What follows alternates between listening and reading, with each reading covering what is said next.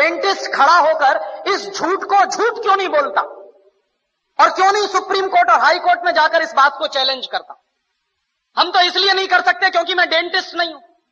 अगर मैं करूंगा तो कोर्ट सबसे पहला सवाल पूछेगा कि आपको आती है कुछ दांतों की बात, कुछ जानते हैं आप?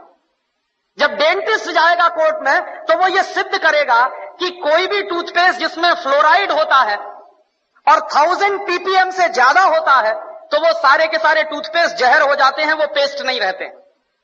ये बात अगर मैं कहूंगा कोर्ट में तो कोर्ट मेरी बात मानेगा नहीं, वो पूछेगा आपके पास डिग्री है क्या? सत्य मुझे मालूम है कि 1000 ppm से ज्यादा अगर फ्लोराइड है किसी भी टूथपेस्ट में तो वो टूथपेस्ट नहीं है, जहर है।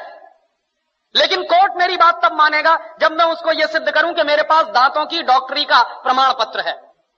दुर्भाग्य से जिनके पास दांतों की डॉक्टरी का प्रमाण पत्र है वो कोर्ट में जा नहीं रहे हैं, और जिनके पास प्रमाण पत्र नहीं है वो बाहर रह के खिसिया के रह जा रहे हैं, हमारे जैसे लोग। और धड़ल्ले से कॉलगेट बिक रहा है इस देश। माने मुझे कभी कभी लगता है कि हिंदुस्तान के सारे डेंटिस्टों का यह सरासर अपमान है जो रोज टेलीविजन पर विज्ञापन के रूप में दिखाया जाता। ऐसे ये कंपनी है हिंदुस्तान लीवर, वो अपना लाइफ बॉय साबुन बेच रही है family doctors welfare association of India द्वारा प्रमाणित। ये कौन सा एसोसिएशन इस देश में बन गया और कब इन्होंने लाइफ बॉय साबुन को प्रमाण पत्र दे दिया?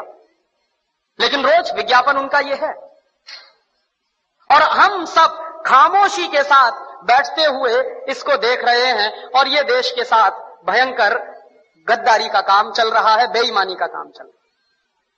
हिंदुस्तान में विदेशी कंपनियां अपना जहर बेच रही, जिनको मालूम है कि इसमें जहर है वही शांत हैं। जितने डॉक्टर्स हैं न्यूट्रिशनल, जिनको न्यूट्रिशन का बहुत ज्ञान है, दिल्ली में एक डॉक्टर जैन है ऑल इंडिया इंस्टीट्यूट में, जो न्यूट्रिशन डिपार्टमेंट के हेड माने जाते हैं। मैंने एक दिन पूछा कि डॉक्टर साहब ये पेप्सी कोला में क्या है?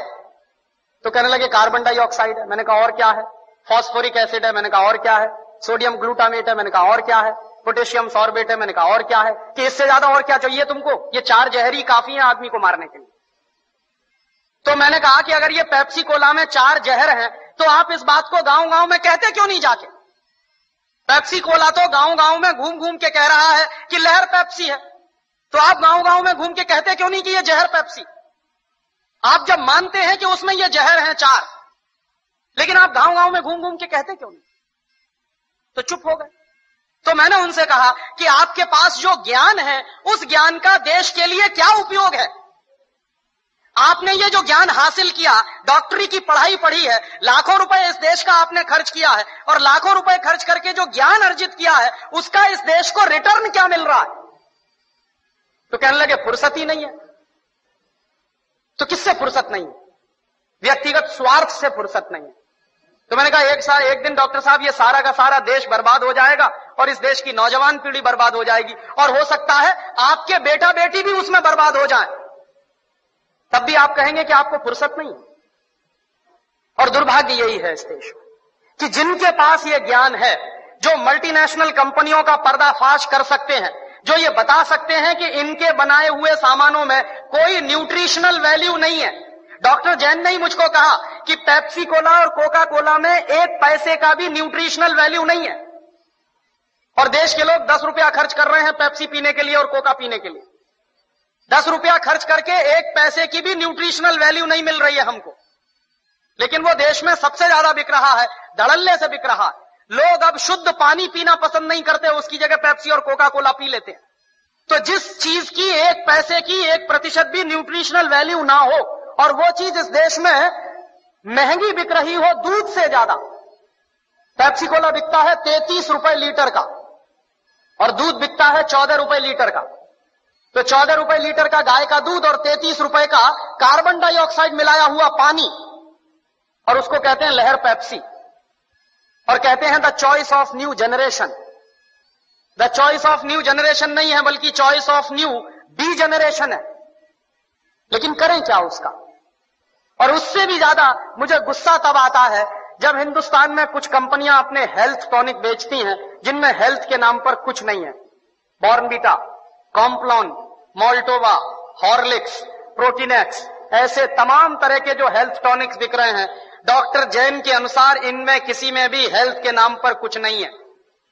और आप चाहें तो अपने बच्चे को चने का सत्तू खिलाएं, जौ का सत्तू खिलाएं, तो उससे जितनी हेल्थ बनेगी, आप 100 डिब्बे प्रोटीन एक्स के खिला लीजिए, कोई हेल्थ नहीं बनने वाली। 100 डिब्बे आप बॉर्नवीटा के खिला दीजिए, कुछ नहीं बनने वाला उससे। और आप अगर एक डिब्बा बॉर्नवीटा का खरीदेंगे तो कम से कम 200-250 रुपए का है 1 किलो का। तो 200-250 रुपए का 1 किलो बॉर्नवीटा खरीद के तो खाएंगे, लेकिन किसी को आप कहिए कि मूंगफली खाओ गुड़ के साथ, तो नहीं खाएगा कोई। रोज अगर गुड़ के साथ मूंगफली खाएं तो जितनी प्रोटीन उससे मिलती है, जितना कार्बोहाइड्रेट उसमें से निकलता है, जितनी और दूसरी चीजें हमको मिलती हैं, उतनी 100 पैकेट बूस्ट खाने से नहीं मिल सकती। लेकिन मुश्किल से मूंगफली का गुड़ के साथ खाने का प्रचार तो नहीं है, लेकिन बॉर्नवीटा का प्रचार है। और ये जो बॉर्नवीटा, मॉल्टोवा, इन तमाम चीजों में मिलाते क्या है? एक बार मैंने डॉक्टर जैन से कहा कि आपके पास तो ऑल इंडिया इंस्टीट्यूट की इतनी बड़ी लेबोरेटरी है, आप जरा इसमें पता करिए कि ये मिलाते क्या है, कैसे बनाते हैं बॉर्नवीटा। तो उन्होंने 3 महीने के बाद मुझे एक लंबी सी चिट्ठी भेजी, उसमें हर एक के बारे में लिखा कि देखो बॉर्नवीटा कैसे बनता। बॉर्नवीटा बनता है मूंगफली की खली से, मूंगफली की खड़, माने मूंगफली के दाने में से तेल निकालने के बाद जो वेस्ट बचता है उससे बनता है बॉर्नवीटा। मेरे गांव में मूंगफली के तेल के निकालने के बाद जो वेस्ट बनता है उसको जानवर खाते हैं, लेकिन हमारे देश में इंटेलिजेंट लोग वही खाते हैं बॉर्नवीटा के नाम पर।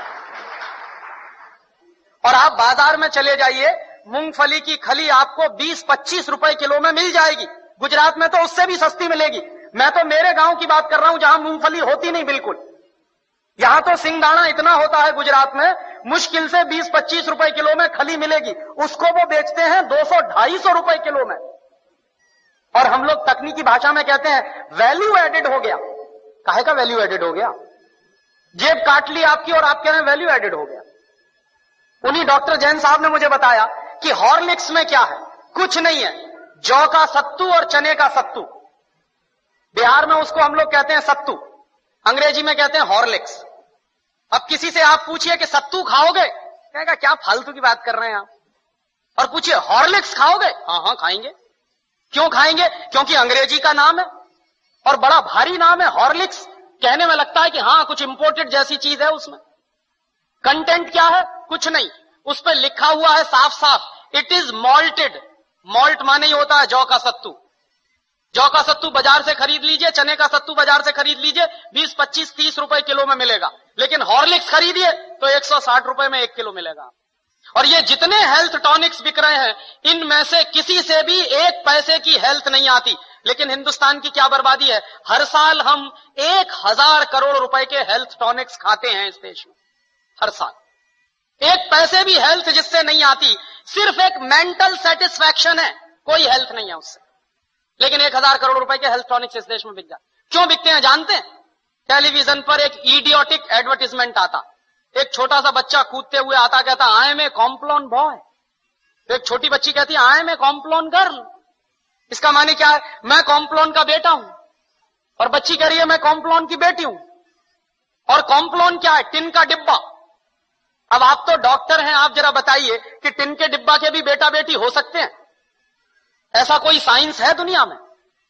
लेकिन चल रहा है सारे देश में। इसलिए बिक रहा है कॉम्प्लॉन, इसलिए बिक रहा है बॉर्नवीटा। और उसका नाम है तेंदुलकर। वो कहता है मेरी शक्ति बूस्ट, माने सचिन तेंदुलकर की शक्ति बूस्ट।